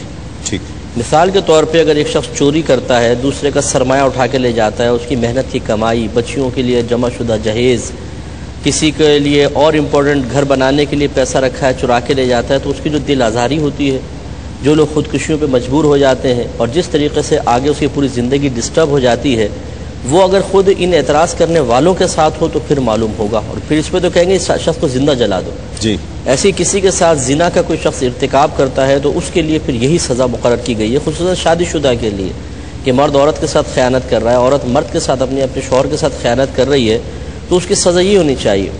کیونکہ یہ چیزیں ایسی ہیں کہ اگر ان کی سختی کے ساتھ روک تھام نہ کی جائے تو اس کے اثرات بہت تیزی کے ساتھ دوسروں میں منتقل ہوتے ہیں. اس لیے یہ مزاج شریعت بالکل ہم اس کو اس موقع پر انتہائی معتدل سزائیں قرار دیں گے، اس لیے کہ یہ وقت کا تقاضا ہے. پچھلے دنوں مجھے پتہ نہیں کہ ابھی قانون جاری ساری ہے یا نہیں، چائنا میں ہر جرم کی سزا موت رکھ دی گئی تھی. تو وہاں پہ ایک دم تمام جو جرائم کی ریشو تھا، شرح تھی، ایک دم نیچے آ گئی اور بہت کم جرائم ہو گئے. تو سخت سزائیں یقیناً انسان کو جرموں سے بہت زیادہ دور رکھ سکتی ہیں، اور یہ جو ہماری شریعت نے سزا مقرر کی ہے، دیکھیے اللہ تعالیٰ ارحم الراحمین ہے اور نبی کریم صلی اللہ علیہ وسلم رحمت للعالمین ہے، اس سے کوئی انکار نہیں کر سکتا. اس کے باوجود اگر یہ سزائیں مقرر کی ہیں اتنی رحم فرمانے والی ذات کی طرف سے، تو اس میں شدت کا پہلو تو ہو ہی نہیں سکتا. اس لیے شدت کے بجائے اس میں حکمت کے پہلو تلاش کیے جائیں اور اسی پر اس کو محمول کیا جائے. خاص طور پر غیر مسلمز پر اور مسلمان کچھ طبقات پر، کچھ مسلمانوں پر فنڈامنٹلزم کا الزام لگاتے ہیں کہ یہ فنڈامنٹسٹ ہیں. یہ اس حوالے سے سوچ فکر کے اعتبار سے یا عمل کے اعتبار سے کسی شدت پسندی کی اجازت دیتی ہے شریعت؟ جی ہاں، دیکھیں یہ جو اصطلاحات ہمارے ہاں پائی جاتی ہیں، فنڈامنٹلزم ہے یا ایکسٹریمزم ہے یا بعض اوقات دہشت گردی کو اسلام ازم کا نام دیا جاتا ہے، یہ ساری ہماری اپنی ایجاد کردہ اصطلاحات ہیں، ان کا تعلق اسلام کے ساتھ نہیں ہے. جب ہم تعلیمات اسلام پہ غور کرتے ہیں تو ہمیں سب سے پہلے قرآن مجید فرقان حمید کو دیکھنا ہوگا اور نبی کریم صلی اللہ علیہ وآلہ وسلم کی احادیث کریمہ کا مطالعہ کرنا ہوگا. قرآن مجید فرقان حمید کی تعلیمات میں اور تمام احادیث کریمہ میں کسی مقام پر کوئی شدت پسندی والا حکم دیا گیا ہو تو لا کے دکھایا جائے. ہاں، اگر کوئی فرد ہے، کوئی آدمی ہے، وہ کوئی عمل کرتا ہے اور آپ اس ایک آدمی کے یا ایک مخصوص طبقے کے عمل کو لے کر پورے اسلام کو اور پوری اسلامی تعلیمات کو فنڈامنٹلزم قرار دیتے ہیں یا ایکسٹریمزم قرار دیتے ہیں تو یہ آپ کی غلطی ہے. اگر نبی کریم صلی اللہ علیہ وآلہ وسلم کی احادیث کریمہ کو آپ دیکھتے ہیں تو نبی کریم صلی اللہ علیہ وسلم فرماتے ہیں کہ ایک وہ کافر جو کہ ذمی ہے، یعنی جس کا ذمہ مال کے اعتبار سے، اس کی جان کے اعتبار سے، اس کی عزت و آبرو کے اعتبار سے مسلمانوں نے لیا ہے، تو اگر اس کے ساتھ کوئی زیادتی کرتا ہے تو نبی کریم علیہ الصلوۃ والسلام فرماتے ہیں کہ میں روز قیامت اس کا خصم ہوں گا اور تمہاری پوچھ گچھ ہوگی. تو اس کا مطلب یہ ہے کہ اسلام وہ پیارا دین ہے کہ جو نہ صرف مسلمانوں کو بلکہ انسانیت کے ناطے تمام انسانوں کو دیکھتا ہے، اور جو لوگ اسلامی حدود میں آ کے رہتے ہیں اور اپنا ذمہ مسلمانوں کو دیتے ہیں تو ان کی جان، ان کے مال اور ان کی عزت و آبرو کی حفاظت کا ذمہ مسلمانوں کو دیا جاتا ہے. اور اگر مسلمان اس کی غیبت کرتے ہیں تو جس طرح مسلمان کی غیبت حرام ہے، اسی طرح ہمارے فقہا نے لکھا ہے کہ ذمی کافر کی غیبت بھی حرام ہے. جس طرح مسلمان کے جان، مال، عزت و آبرو کی حفاظت کا حکم ہے، اسی طرح ذمی کافر کی بھی جان، مال، عزت و آبرو کی حفاظت کا حکم ہے. تو ان تمام چیزوں کو پیش نظر رکھنا چاہیے. ایک مسلمان غیر مسلم کو تبلیغ کرتے ہوئے کوئی شدت پسندی اختیار کر سکتا ہے یا یوں کہہ سکتا ہے کہ جب تم یہ مذہب اختیار کیے ہوئے ہو، چونکہ مسلم اسٹیٹ میں رہتے ہو تو تمہیں اختیار کرنا پڑے گا یہ مذہب، یا مسلمان ہونا پڑے گا، یا دوسری صورت میں ایک مسلمان ہی دوسرے مسلمان کو عقائد کے اعتبار سے اس کے تسلط کی اجازت دیتا ہے کہ اس کو فکری طور پر تسلط کرنے کی کوشش کرے؟ جی ہاں، دیکھیں کافر کے بارے میں تو بالکل ہمیں اس کی اجازت نہیں ہے، بالکل اجازت نہیں ہے. ہم کسی پہ مذہب کو مسلط نہیں کر سکتے ہیں. ہاں، دعوت دینے کا معاملہ ہے کہ نرمی کے ساتھ دعوت دی جائے. یہی دیکھیں، یہ تو اب کا دور ہے. جب اسلام نافذ کیا جا رہا تھا، اس کی ترقی اور ترویج کا معاملہ ابتدائی ادوار میں تھا. نبی کریم صلی اللہ علیہ وسلم صحابہ کرام کو تلقین فرماتے تھے جب تم کسی جگہ حملہ کرو پہلے سنو، اذان کی آواز تو نہیں آ رہی ہو تو حملہ مت کرنا. اذان کی آواز نہ ہو تو بستی کا محاصرہ کر کے سب سے پہلے اسلام کی دعوت دینا. قبول کر لیں تو ٹھیک، نہ قبول کریں تو پھر ان کو اپنے ذمے میں آنے کی دعوت دینا. ذمی کافر بننے کی جزیہ جو ٹیکس ہوتا تھا وہ دیں اور ہم تمہاری حفاظت کریں گے. اس پر راضی کرنا، اس پر بھی راضی نہ ہو تو حملہ کرنا، اور اس میں بھی پھر ان کے بچوں، عورتوں، بوڑھوں، ضعیفوں پہ حملہ مت کرنا.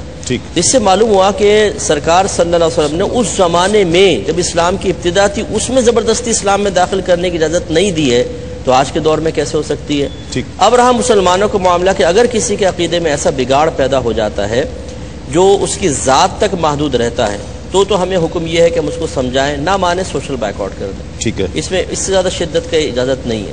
لیکن اگر ایک ایسا بگاڑ پیدا ہوتا ہے کہ وہ تیزی کے ساتھ معاشرے میں رائج ہوتا چلا جا رہا ہے اور اس کے اثرات بہت تیزی کے ساتھ معاشرے میں منتقل ہو رہے ہیں، تو پھر وہی بات ہے کہ قانونی اعتبار سے اس کی شدت کے ساتھ روک تھام ضروری ہے. اگر نہیں کریں گے تو لوگوں کی آخرت کی بربادی کا سامان ہوگا.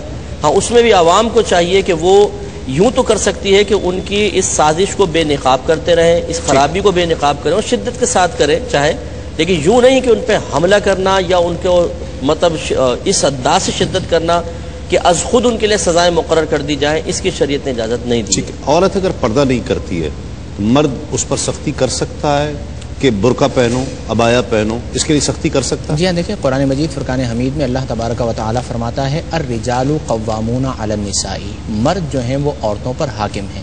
لیکن حکمرانی کا یہ مطلب نہیں کہ ہر اعتبار سے اسے اس قدر جو ہے وہ ذہنی اذیت دی جائے کہ جو شدت پسندی کے زمرے میں آ جائے. اگر وہ پردہ کہ جس کا شریعت نے حکم دیا ہے، یعنی جو پردہ کرنا فرض ہے، اگر اس کے اندر وہ کوتاہی کرتی ہے تو شوہر کو اختیار ہے کہ وہ اسے کہہ سکتا ہے کہ یہ پردہ تم کرو. لیکن وہ پردہ جو فرض نہیں ہے، جو فرض کے زمرے میں نہیں آتا، جس اعضائے بدن کو چھپانے کا شریعت نے واجب قرار نہیں دیا، اگر اسے وہ اپنی مرضی سے کھلا رکھنا چاہتی ہے تو پھر یہ اس کے اوپر شدت نہیں کر سکتا، زبردستی نہیں کر سکتا اور اسے مجبور نہیں کر سکتا کہ تم لازمی طور پر ایسا کرو. لیکن اگر شوہر حکم دیتا ہے تو پھر بہتر یہ ہے کہ گھر بگاڑنے سے بہتر یہ کہ شوہر کی بات مان لی جائے. ٹھیک ہے، اور اگر وہ نہ مانے تو سختی کی اجازت نہیں ہے. بالکل. ناظرین، جو دین اپنی اہلیہ پر، اپنی بیوی پر، جو اس کی زندگی کی ساتھی ہے، اس پر اس انداز کی سختی کی اجازت نہیں دے رہا تو وہ غیر مسلم پر سختی کی اجازت کیسے دیتا ہوگا؟ کیو ٹی وی کی یہی کوشش رہی ہے کہ معاشرے میں ایک برداشت کا مادہ پیدا کیا جائے، وہ فکری اعتبار سے ہو، عملی اعتبار سے ہو، کسی سوچ کا اس سے تعلق ہو، ایک پیشنس قائم کی جائے، لوگوں میں توازن اور اعتدال کی راہ پر لوگوں کو لانے کی کوشش کی جائے. ایک مختصر سا وقفہ ہے، وقفے کے بعد لوٹیں گے تو میں آج کے ونرز بھی اناؤنس کروں گا، کلام بھی ہوگا انشاءاللہ. لوٹتے ہیں اس یقین کے ساتھ آپ کہیں نہیں جائیں گے. ناظرین خوش آمدید، آپ پروگرام دیکھ رہے ہیں رحمت السحر تسلیم صابری کے ساتھ، اور ٹیلی فون لائن پر ہم نے ایک ایسی شخصیت کو، ایک ایسی پیاری شخصیت کو ٹیلی فون لائن پر لیا ہے کہ جو پاکستان ان چند ایک بہت باصلاحیت لوگوں میں جن کا شمار ہوتا ہے، اور ان کی صلاحیتوں سے، ان کے کام سے، ان کی پروفیشنل سکلز سے تو ہر شخص واقف ہے. پچھلی کئی دہائیوں سے وہ بہت خوبصورت کام کر رہے ہیں اور اپنی صلاحیتیں، لیکن میں انہیں پرسنلی جانتا ہوں. ان کی جو سوچ ہے، ان کی جو فکر ہے مذہب کے تعلق سے، وہ بھی کیسی پاکیزہ سوچ ہے، اور جتنی محبتوں کا اظہار وہ کرتے ہیں.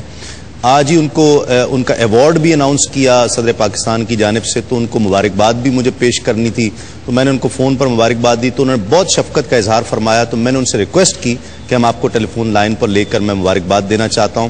خالد عباس ڈار صاحب ہم سب کے بہت پسندیدہ، میں ان کا فین ہوں، مداح ہوں. السلام علیکم. السلام علیکم، کیا حال ہے بھائی؟ اللہ کا شکر ہے. ڈار صاحب کیسے ہیں آپ؟ ٹھیک ہیں؟ اتنا اچھا نہیں ہوں. اچھا، کیا ہوا؟ خیریت ہے؟ اسلام آباد سے آ رہا تھا بس بائی روڈ.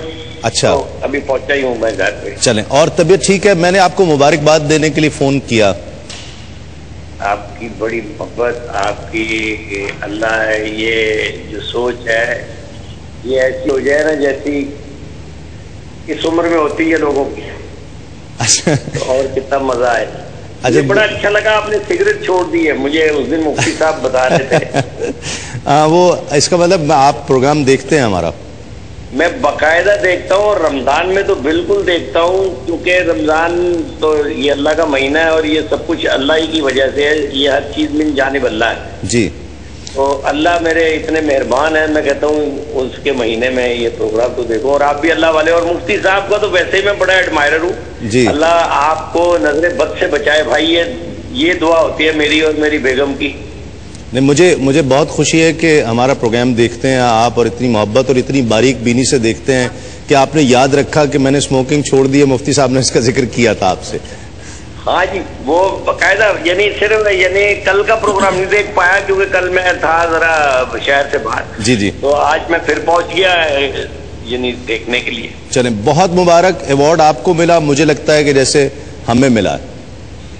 بہت شکریہ, بڑی محبت. اللہ آپ کو ہماری کامیابیاں بھی دے بھائی. اب تو ہم تو 5 بجے کے بعد کے سورج ہیں. اب تو یہ سارا یعنی نظام آپ کے ہاتھ میں ہے, اور آپ تو اس قدر بہتر چینل پہ کام کر رہے ہو, اور اس قدر عمدہ یہ سبجیکٹ ہے آپ کا, کیونکہ ہمارے یہاں دین جو ہے نا بہت کم سکھایا ہے. اس مولوی نے جو بیچارہ پہنچ تو گیا مسجد میں اور مدرسے میں, مگر نہ جانے کیا وجہ تھی کہ اس نے اس طرح واضح کر کے نہیں بتایا دین. جی ہاں بالکل, مفتی صاحب بھی بڑی محبت کا اظہار آپ سے کر رہے تھے. بہت شکریہ. میرے لیے دعا کیا کرے. جب میں بچہ تھا تو مجھے پرائڈ آف پرفارمنس مل گیا, پھر اس کے بعد ستارہ امتیاز مل گیا, آج یہ ہلال امتیاز مل گیا. بھائی بہت خوشی ہوئی, بہت خوشی, بہت خوشی. اللہ تعالیٰ آپ کو مزید اعزازات سے نوازے. ایک اور خوشی کی خبر, میرے آپ کے ہم سب کے بہت پسندیدہ عالمی شہرت یافتہ ثنا خان, انہیں بھی پہلے پرائڈ آف پرفارمنس مل چکا ہے, اور ایک مرتبہ پھر ان کی خدمات کو خراج تحسین پیش کیا گیا. الحاج صدیق اسماعیل صاحب وہ عمرے پر ہیں اور ان سے رابطہ نہیں ہو پایا. میں کوشش کروں گا کہ ان سے بھی رابطہ ہو جائے, اور میں اسی طرح آپ سب کی ناظرین, آپ سب کی مبارکباد ان تک پہنچاؤں, اس لیے کہ وہ بھی ہمارے بہت پیارے ہیں اور ہم ان سے بہت پیار کرتے ہیں, بہت محبت کرتے ہیں. میری طرف سے بھی دونوں صاحبات, دونوں کو جو ہے سب کی جانب سے, حاجی روف صاحب کی جانب سے, ARYQ TV کی پوری ٹیم کی جانب سے آپ سب کو بہت مبارک ہو. آج کے جو ونرز ہیں راول پنڈی سے نازیہ ہیں. السلام علیکم. اللہ کا شکر ہے, آپ کو بہت بہت مبارک ہو. بہت بہت شکریہ, اور پلیز میری کال مت کاٹیے گا, 1 منٹ میری بات سن لیں. جی. آپ کا پروگرام بہت اچھا لگتا ہے. آپ کا روزانہ کا ٹاپک جو ہے ہم لوگ دیکھتے ہیں, بہت شوق سے دیکھتے ہیں, فل فیملی. آپ کو بہت اچھا ہے. اور کل بھی نعمت افطار کے وقت جو ہے میں نے جو ہے قرآن میں میرا نام آیا ہے, آج بھی آیا, مجھے بہت خوشی ہوئی. تو یہ جو ایڈریس میں نے لکھوانا ہے یہ کنٹرول روم میں جی کنٹرول روم میں آپ لکھوا دیجئے. ٹھیک ہے, بہت شکریہ. عدنان صاحب ہیں حیدرآباد سے, ان کو بھی مبارکباد پیش کرتا ہوں, ان سے رابطہ نہیں ہو پا رہا ہے, بہرحال ان کا گفٹ بھی ان کو پہنچ جائے گا. کلام شامل کرتے ہیں, ہمارے ساتھ تشریف فرما ہے عابد رؤف قادری جو کلام پیش کر رہے ہیں. بسم اللہ. لگیاں نے موجاں ہن لائی رکھی سونیا,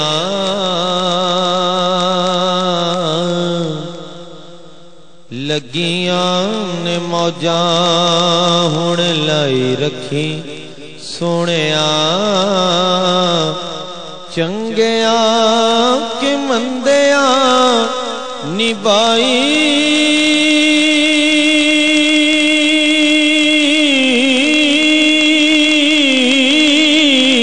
رکھی سونیا, لگیاں نے موجاں کسے نو میں اپنا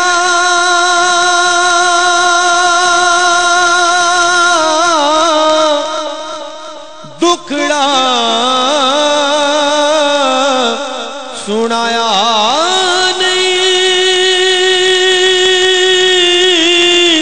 تیرے باجوں کسے مینو سینے نال لایا نہیں, تیرے باجوں کسے مینو سینے نال لایا نہیں, سینے نال لایا تے لائی رکھی سونیا, چنگیا کہ مندیا نبائی رکھی سونیا, لگیاں نے موجاں. آقا دے غلاماں دا میں ادنا غلاماں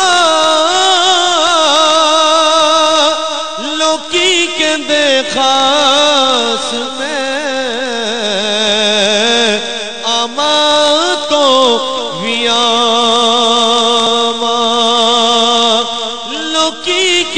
خاص میں دے آما تو بھی آما پردہ جے پایا تے پائی رکھی سونیا پردہ جے پایا تے پائی رکھی سونیا چنگیا کہ مندیا نبائی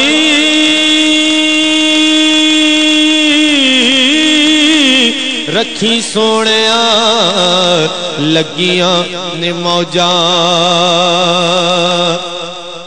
حشر دہاڑے جد عملہ نو تولنا شرم دے مارے میں تے کچھ بھی نہیں بولنا کملیچ اپنی لکائی رکھی سونیا کملیچ اپنی لکائی رکھی سونیا چنگیا کہ مندیا نبھائی رکھی سونیا لگیاں نے موجاں نا تیرا لے آقا شان میں بھی پائیے تیرے ہاتھ ڈور سائیاں آپ تو چڑھائیے تیرے ہاتھ ڈور سائیاں آپ تو چڑھائیے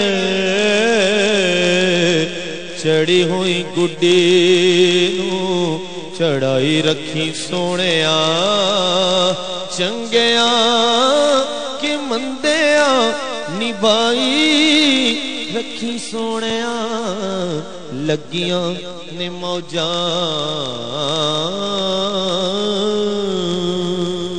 ناظرین کراچی اور اس کے مضافات میں اذان فجر کا وقت ابھی کچھ دیر میں ہوا چاہتا ہے اور میں مفتی صاحب سے گزارش کروں گا کہ دعا فرمائیں اور ہم سب کے لیے اور اس کے بعد انشاءاللہ اس وقفے کے بعد آپ سے ایک مرتبہ پھر ملاقات ہوگی الحمدللہ رب العالمین والصلاة والسلام علی سید الانبیاء والمرسلین یا ارحم الراحمین یا ارحم الراحمین یا ارحم الراحمین اولاً تیرا شکر ہے کہ تو نے ہمیں مسلمان بنایا اپنے حبیب کریم صلی اللہ علیہ وسلم کی امت میں پیدا فرمایا آزاد ملک عطا فرمایا ماں باپ بیوی بچے صحت دولت عافیت عطا فرمائی یا رب کریم ان نعمتوں کے مقابلے میں اگر تیری مصلحت صحیحہ کی بنا پر کسی نعمت میں کمی بھی ہے تو یقیناً ہمیں اس پہ شکوہ نہ کرنا چاہیے اے اللہ تعالیٰ میں اپنا حقیقی شکر گزار بندہ بنا لے اے مالک مولا ہمیں رمضان کی مکمل طور پہ برکات حاصل کرنے کے لیے کوششیں کرنے کی توفیق عطا فرما ہمارے تمام صغیرہ کبیرہ ظاہری باطنی گناہوں کو معاف فرما دے